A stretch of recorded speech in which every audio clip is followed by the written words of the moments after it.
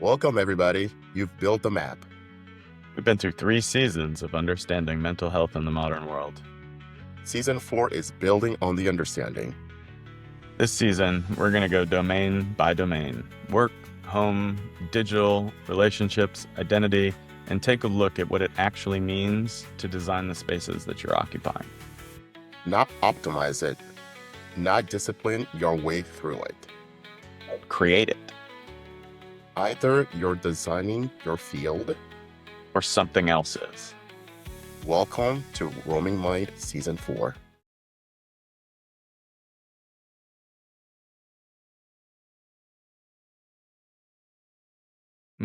Okay.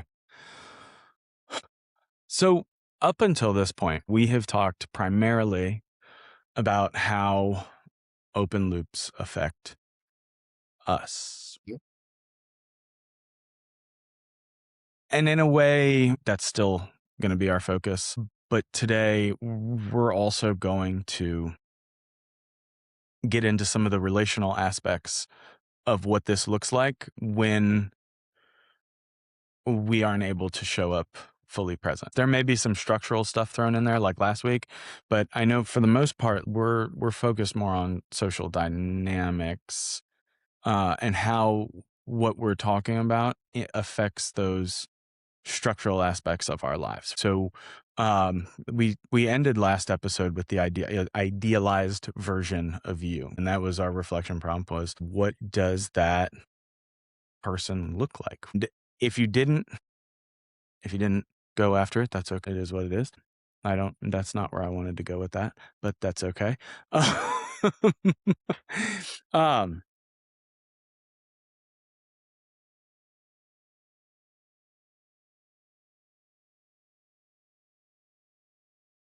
Sometimes we get glimpses of that idealized person. And Yes, I don't I don't know about you, but I notice it a lot in high conflict situations. Why? I I have no idea. Based off of how I interact with the world, a fair bit of the time, you would think that I'm just avoiding all conflict imaginable, because I do. All conflict, no. Unnecessary conflict, yes. If it does not seem worth my time, why am I going to engage with it? Well, yeah. Again, we're over here talking about open loops. I've got tons of them going on, and some that are able to close, some that just are going to inevitably stay open. I have my ways of dealing with that. However, when conflict hits and it's unavoidable and I have to deal with it, man, you want to see a motherfucker show up to the party and participate. It's crazy, dude. It really is. And 90% of the time I'm like, man, who's that sexy looking motherfucker over there? And it's not that he looks good. I don't look good, but the way that everything gets handled is just like, you go over here. The patience skyrockets 100 times. The ability to just sit there and to see all the moving pieces and to just be like, no, just calm down. Okay. We go here, we make this, and then we go here, and that's going to be okay. Just radiates, and I don't have to work for it. So no matter what, we have some access to that idealized version of ourselves, and we know that it exists because we've seen it, hopefully. If we haven't found those situations that create that, that doesn't mean that it's not there. It just means that you haven't found the right combination. Yeah. But it's also there. Now, how does that, whoa, what the hell are you talking about? How does that relate? If we know what the idealized version looks like and we have an idea of how to access it, then we also know that while we are running tons of open loops and not being able to show up fully present, we will never be able to actually reach that idealized state. Out. Again, the people around you will get to see that idealized version. This is, I think about it like, if I don't know about you, but I knew a few people a long time ago who just were in stupid fucked up relationships. And to everybody else on the outside, like, what are you doing? And the person who was typically, whatever, being, I don't want to say harassed because that's maybe not the right word, but being affected the most was usually like, yeah, but they're such a good person over here. And they do this, and it's so wonderful. They're looking for that idealized person because they know it exists. We've seen it. The identity is there. The Mhm. actions are there. It's possible. It's capable. I want to pull that out. I want to extract that, and I want to have it more. But what ends up happening? Well, there are conditions required in order to be able to create that idealized person, just like we just talked about. And most people don't end up getting to that point. So over time, we just lower the expectational bar. It starts up here and then just slowly diminishes up until the point where it passes. I think if we think about it like a neuron firing, it passes that threshold and boom, that's it. No longer will I expect any more out of you. It's done. It's over. No, thank you. And I understand that, again, that was a super extreme example, but I, that extreme example highlights how that mechanism shows up in our daily interactions. Is it always going to be a matter of, not, I don't want to say life or death because it's definitely not life or death, but is it always a matter of losing a relationship versus not losing a relationship? No. That's where it becomes slightly problematic, especially if you think about the people who you interact with daily. You're thinking about family, close friends, and chances are, unless you're really, really jacked up, and those situations exist, you're not walking away from your family.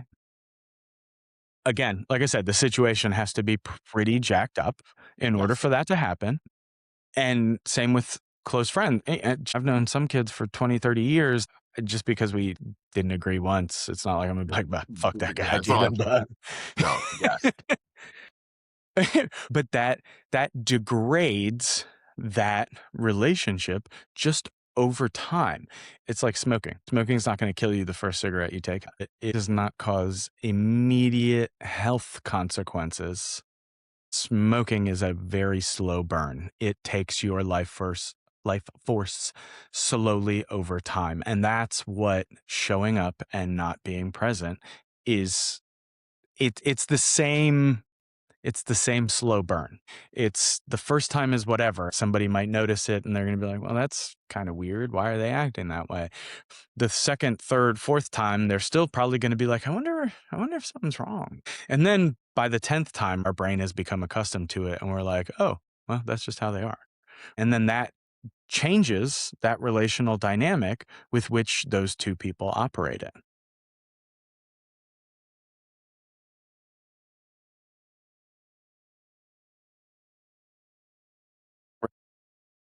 We've all been on both sides of this coin. I talked about it last week with the professor that named all the superlatives, all that good stuff, or maybe it was, I don't remember. I think it was last week. But I know when somebody is not present. I know, and I know when I'm not present. Present. I know when I'm not present nowadays because of all the work and all the self-awareness with which I've been able to obtain throughout my lifetime. It's not an outwardly conscious thing. It's not like I walked into a room and I'm like, you know what, today I'm just not going to be present. It's almost never an intentional thing. Because I think I brought up the point is you start the conversation and you're talking, you're talking, you're Mhm, talking, and then as I said, and I think this will be the fourth episode. I'm pretty sure math, whatever mhm, the is. Sometimes it just sits as one word or something happening in the environment, and you had all the right intentions of being present, of being there, and then that thing cues your mind into going into on this other place, and you can't really sometimes you can't actively be like, okay, let me not think about it, because once the thoughts occur, they're just firing one thing, that one thought leads to another thought, leads to another thought, and then now you're circling. And yes, then you have another person right in front of you discussing something, and then you go, oh, sorry, what did you just say? Or the person go, Mhm, hey, are you listening to me? mhm. And then by that time it's already has happened, and it's not, you didn't have some kind of what's the word, malicious, that's the word, malicious Right. intent to not listen to this person. It's just that we're human being, we have complex life, and we have again, going back to the open loops, we have multiple open loops just based on how Mhm. life in the modern society works, that it can easily it can happen. and and we've all done it. So like, it's not, so it's that understanding of you've been on the other side, you've been the one who's talking, and somebody, you're like, hey buddy, wake up, I'm talking to you here. And you've also perpetuated it where you're like, okay, sorry, I'm not listening to you, my mind is somewhere else. And I think that what you just did was highlight a couple of different things that it was a really good example of how these dynamics interplay with each other. So we're talking about the relational aspects. So we're talking about those social interactions, those social dynamics. We have begun talking about open loops. Those are those structural aspects of us that end up existing inside of the background. We think of that attentional hierarchy that are just waiting to kind of compete and come forward. And then when you're in those environmental settings, you said some sort of sensory cue, if I am not mistaken, it triggers that comes to the forefront, reduces my presence because what I was focused on was here, and now that's been pushed back, and that then affects those relational aspects of what is going on. The I To me, it's a no brainer, and I love thinking about it like that because a lot of the time we just think is, oh, okay, well, I just have to be more present. Well, what does that mean? Well, I have to be in the room. Okay, well, that's pretty easy.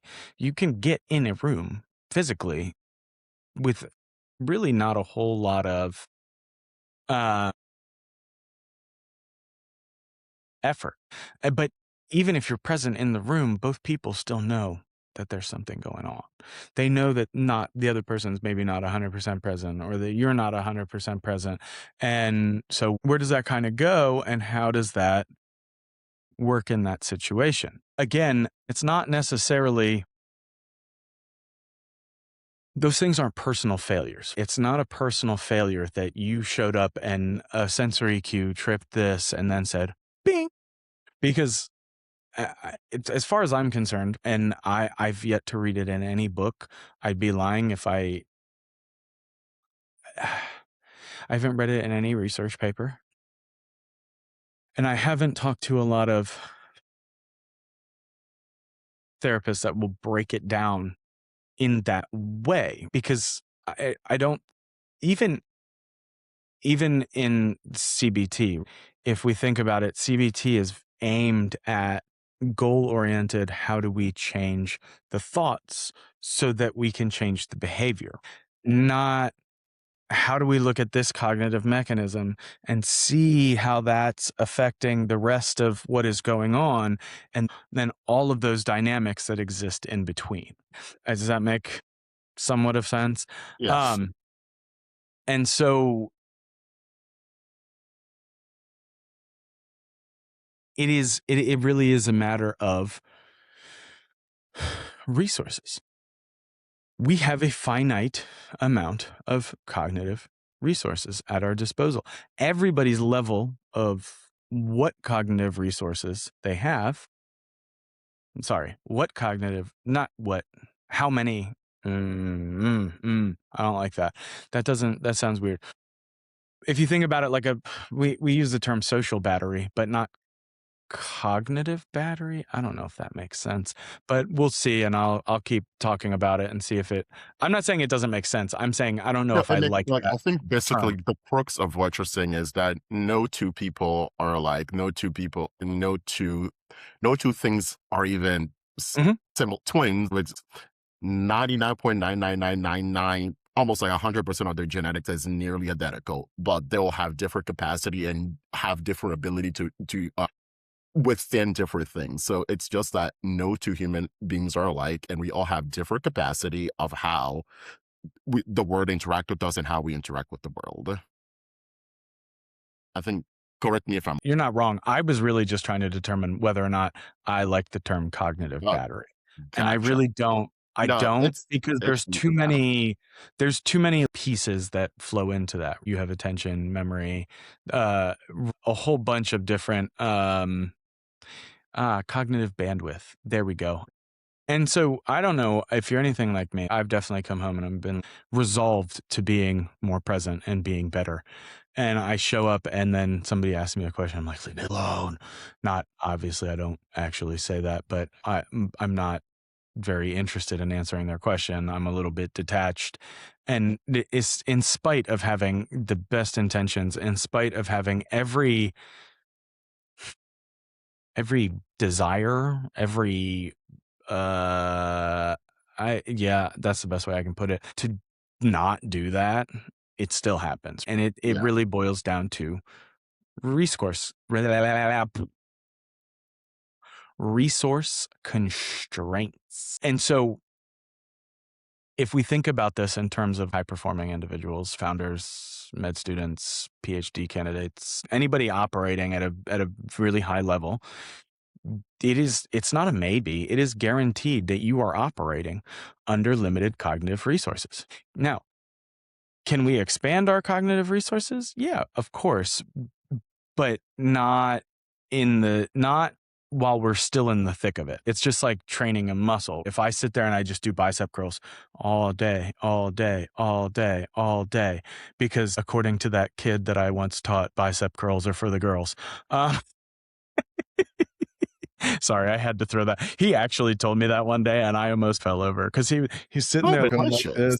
this. I have so many questions. I did too. He was just sitting there going like this, and I'm like, "What are you doing?" He goes, oh, "Bicep curls are for the girls, Mr. Rudd." And I was like, "Oh, okay, Oh, dude." hey. So, but again, if I just keep doing them, I'm not getting any better because there's never any break. There's never any recovery time. So that's going to be a bit of a piece of it is Mhm. we need that recovery. We've talked about this before. That's not a new thing. If we think back to that cognitive stack, we talked about this: too much load and no recovery, nothing to balance out that scale and find this happy dynamic is not going to work out for everybody.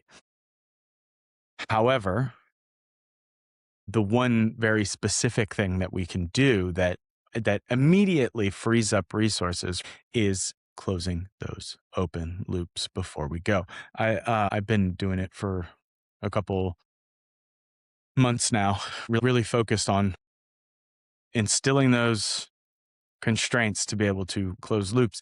And I get cognitive resources back when I am finished, which means I'm able to produce more. I'm able to produce more quality, right? And when those cognitive constraints happen, it's not when I walk home and I'm like, oh, damn, somebody asked me to do something. You just got to give me like 15 minutes and then I'm going to come back and we're going to get to this. And I'm going to tell you, I have so many more cognitive, it's made such a drastic, my bandwidth has grown so much that in addition to everything that I'm doing, I get to go and train with my kid because he wants to try and play basketball. And I'm like, all right, cool, man. We can go to the park and go work on everything that you need to work on. Because he's got Yeah. some skills, but some that are highly underdeveloped. So, but before that's not possible for me. It's not possible for me to go down and, okay, yeah, let's go walk to the park and I'll teach you how to shoot the ball properly. It wasn't happening. And the bigger problem that these social aspects bring, and this is where I think that idea of social battery comes in anyway, is those relational dynamics come with their own loops no matter what.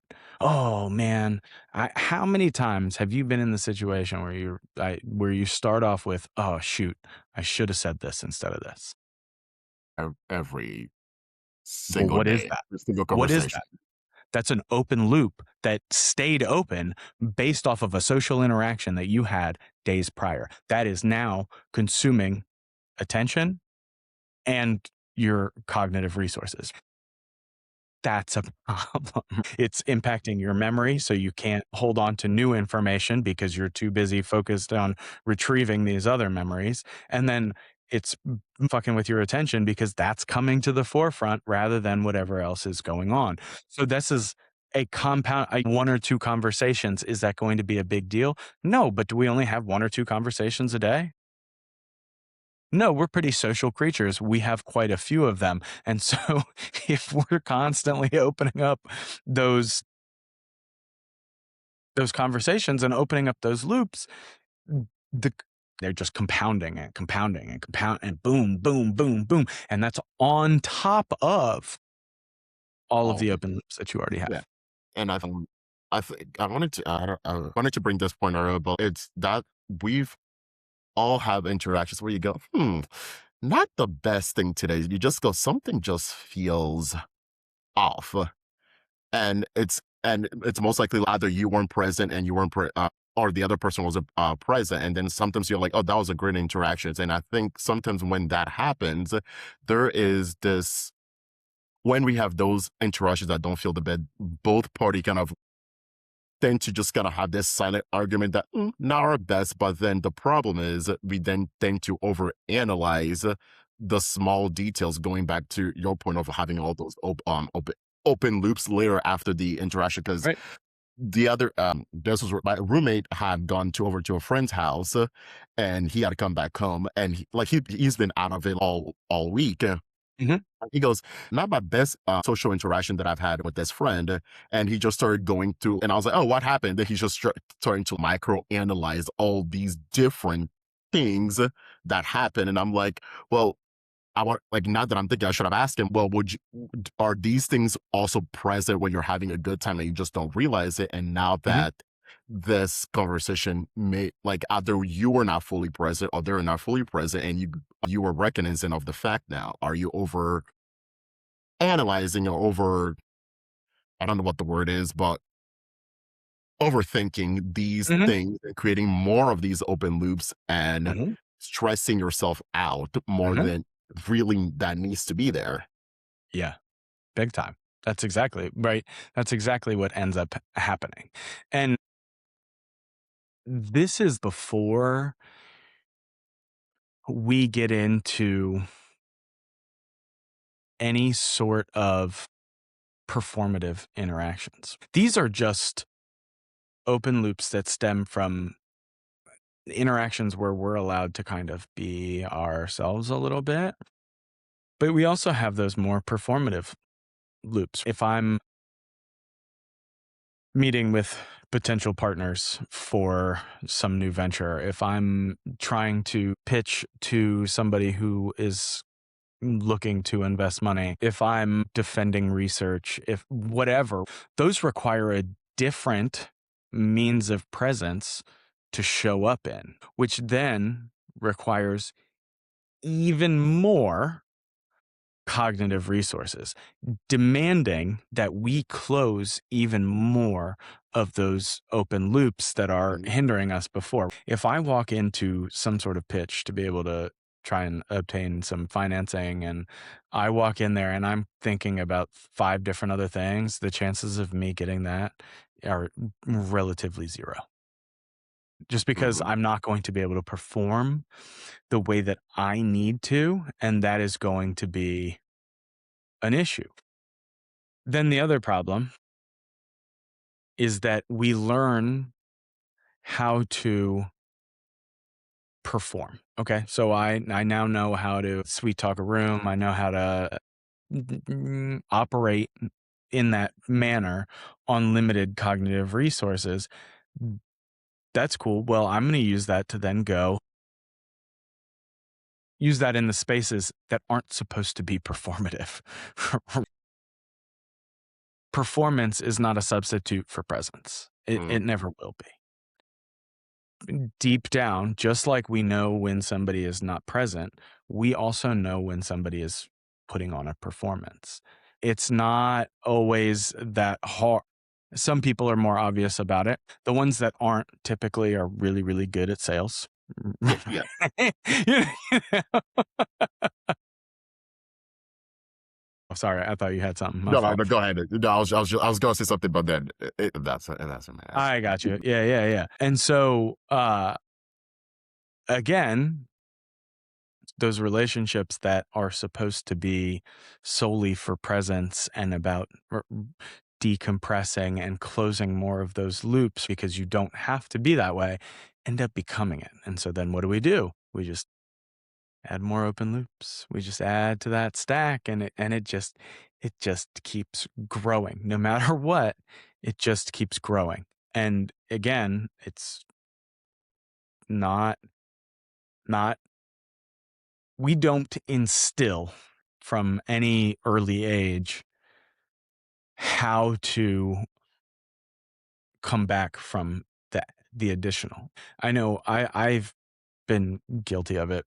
My kid has come home and been like, Dad, I'm just super stressed out. I'm like, yeah, well, I hear you. You still have to show up for school tomorrow. How did Still you have to too? go and take the test. You still have to do these things rather than because at the time and that this was a little bit ago, I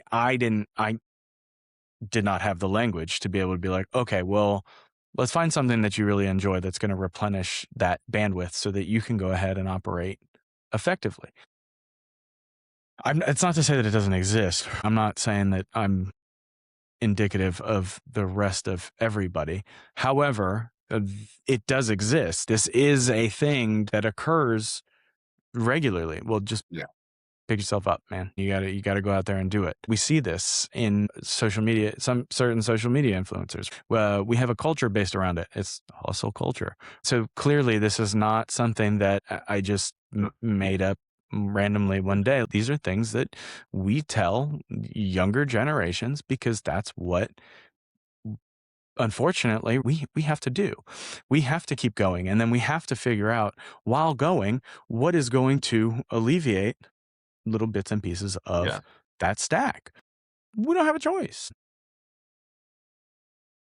I do want to make the delineation because of the aspect of performing presence, because Mhm. I don't want this to be conflated with people being fake. There is a difference between somebody being overtly, and you will know this, somebody being overtly interested and just being what's it called, quote unquote, fake. And what we're talking Mhm. about, like when in terms of performing presence, is when, for example, when you're having a one-on-one conversation and you're not really listening, you're still nodding. You still look somebody in the eye. You still go, and if they said something and you're like half of it and they're laughing, you start smiling and be like, "Oh, that's so funny." Or you have these Mhm. things in the arsenal that you can throw out that makes it sound like you're listening again. So it's a performance essentially because you're Mhm. not really truly. It's not an authentic thing that you would say because for all you know, they could have said that you'd be like, "That's not funny. I don't find that funny at all." But because you're not really there, you have to perform some kind of social expectation in order to keep the conversation going.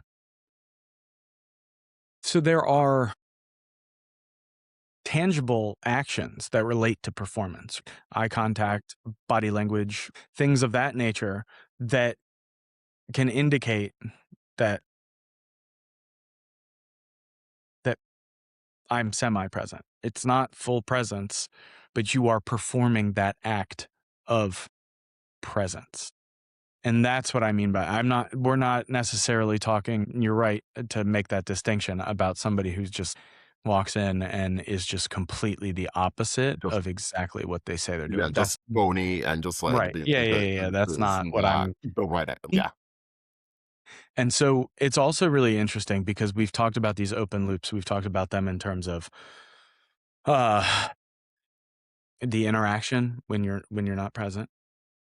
We have talked about them in terms of how that those open loops occur when we have social interactions a little bit later.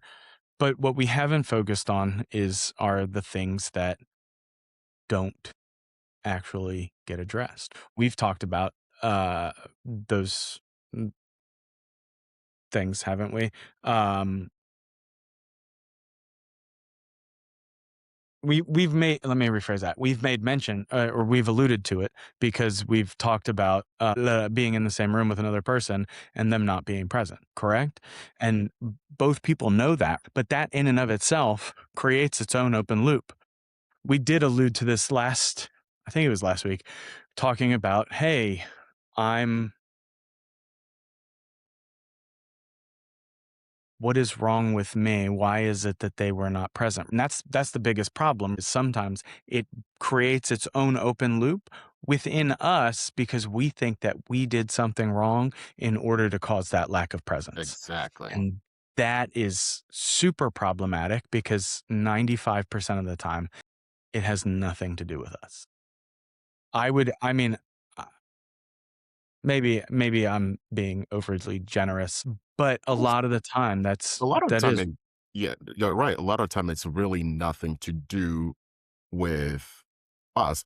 Are there times where it is something to deal with us? Yes, because sometimes some people are just bores. They will bore you to tears, and you will, and your mind will start watering. And in that case, again, it's harsh to place blame on them because if that is her personality, they're just that. It's there's nothing inherently wrong with that. It's just the two personality and what interests you do not mesh, so therefore your brain wanders off into this other place. Yeah, but I would also then venture out to say that after you engaged on that level in some way, you're probably not going to go and perform Repeat it. repeated Yeah, engagements with that person specifically. Here's what I will say. There are people out there for absolutely everyone. So even those people that to you or I might seem incredibly dull, to some other people they oh, will clear. work out just fine. Just like you and I will definitely rub some people the wrong. I do it all the fucking time. So Well, I you see. I know. rub people the wrong way. I'm not a bore though. There's a difference. At Boring. least I'm not boring. I may be a prick, but I'm not dull. I mean, it's something that triggers you to go somewhere else, and it's not because I'm boring. It's because I'm saying something that I shouldn't be saying. There's a difference. Right. Yeah, no, that makes a Yeah, lot of sense. we have fun. I'm just joking. Joking. Okay, so the cool thing is that when you have this awareness, we can then go ahead and start to make modifications in places. If I know that I'm being performative every single time that I come home because I am lacking some sort of cognitive resource that my body is desperately striving to achieve, I can say, "Oh, that's so cool. I wonder exactly what it is that I need to do in order to then go ahead and make not make, to obtain some more resources so that I can go ahead and be present." But without that awareness, without that understanding that it's there, I don't even have a chance. Mhm. It's not because every day I'm acting in that autonomic nervous system. I'm acting in that nice little bit that operates inside that is surrounded by all the good stuff that actually makes us higher level human beings. Um, I, yeah, whew, don't want to go down that road. So sorry. See, attentional fragmentation, sensory input caused my attention to jump forward. I'm like, no. Now, see, Fuck that, dude. in real lifetime, it's again, it wasn't like you weren't it just starts. That's how simple as it is. Mhm, You sometimes you can even trigger yourself. You are talking about one thing, and then eh, going back exactly that point because we've all been like, how did you start on one point and you go, how the hell did we end up in New Zealand when we mhm, started New York? right, How did we travel 10,000 miles in the mhm, opposite direction of where the original point was? And right. it's just that literally you started saying something that one word triggers something, then the other person may respond, and then the back and forth, and then you've completely lost the point, and you're some something else, and you go, wait, because we've also done that before, where we like during recording, we're like, wait, what point were we trying to make exactly? Let's slowly Yep. run it back. Yeah. I mean, I'll tell you, that's one of the books that I have been reading this week is it's just an updated version of neuroscience. And so the first 5 chapters are all brain structures. And so the second that I thought about it, I was like, oh man, we could. And then I was like, no, no, no, no, no, no. Stay focused and continue moving because loops want to open or not. It's maybe not, that's probably the wrong way of Not one phrasing to it. But when we get specific sensory information that passes that threshold, our attention is the hierarchy is just going to shift. That's how our brain operates. It's a massive filter for what is going on. yeah. That's That's true. And I was going to say, even bringing people with ADD, Mhm, that's even then done on a neurotypical person. That's even because you already, there's also already an attention, I don't want to say issue, but an attention deficit. Let me just use mhm, what I said right. before going on, so that it's easy. So your brain is already finding it a hard time to focus on a Mhm, linear thing. So now if these things, it's easy to just jump around into these different spaces and open loops, because your brain right. is trigger. You open that thing's that going down that track, you open another one, you open another one, then you go, wait, sorry, what were you Mhm, talking about? It can yeah. happen in matters of seconds, Mhm, and it's not even going back an intentional thing. It's not a moral failing. It's not something that you are trying to do. It's just a natural structural thing that happens, mhm. that you have to acknowledge. And I think going back, I don't know if that's the point you wanted to make, you need to acknowledge the point of, you know what, I'm sorry, my brain went all this way, and that at least poses a pause on all those things running in the background. Then you can shift a gear into whatever is in front of you now. Yeah, so that the awareness comes with being able to label it, being able to talk about it. So when I come home and I know that I am stretched to the max again, and I say, "Can you give me 5, 10 minutes?" and then I'm going to come back, that stops the accumulation of those open loops because I've just named exactly what it is. I've sat there and I've told them I just need 10 minutes because I don't have the resources to be able to interact in the way that you need me to right now. That person instantly goes, "Oh, okay, boom, I'm gonna go," because that loop is closed for them as well. Well, yeah. It doesn't remain open. It's not, "Oh, there's some ambiguity there." No, he said 10 minutes. Now, if you go back in 10 minutes and they're trying to take 30, like that is a whole different issue. However, if we can name it, if we can have the awareness for it, we have the ability to be able to stop more loops from opening before we actually get into it. It's going to cause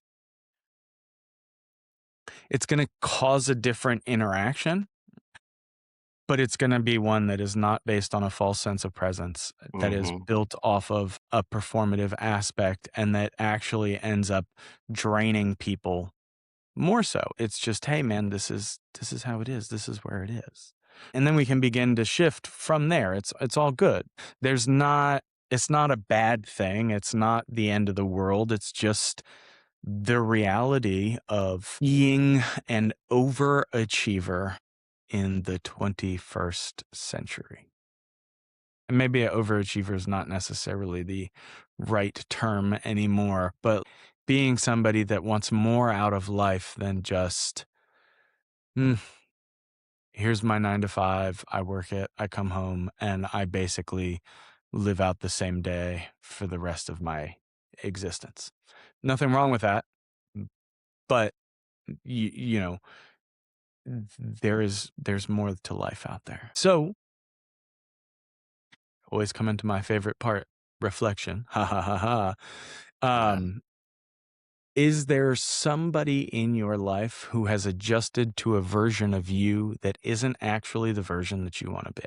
And I would venture out to say that there's probably quite a few.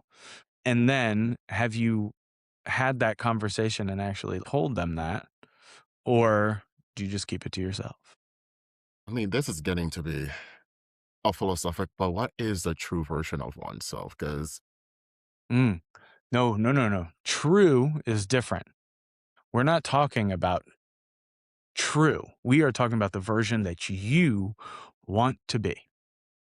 but Because this all wouldn't goes that back to be okay? I guess I see how you're defining true. Yes. no, Yeah. because true self defines as this is the self-actualized version of Yeah, that's me. the idealized version that you have for yourself. I get what Mhm. you were trying to say. Right? I mean, we can want to be loosely held, morally corrupt individual that just wants to do whatever it takes to succeed. That doesn't mean that that's our idealized self. Yes. We can want to be the person that's mean to other people just to stay away, but that does not mean that that is the idealized version. Make sense? Hmm. Cool. Yeah.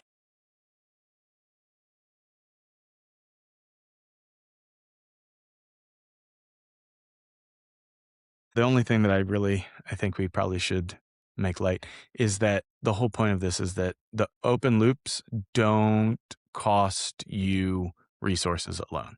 It costs Yes. you a whole lot more than that because of all those interplaying dynamics between relational forces, structural.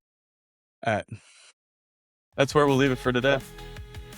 You don't need to do anything with it right now. Each episode this season will end with a question worth carrying. Not an answer, just a place to look. If this is your first time here, you're welcome to follow the show. New episodes drop weekly. And if you want to go deeper, find us at theactive.com. We'll be back next week. Until then, notice what you're already designing your field. And whether that's by choice.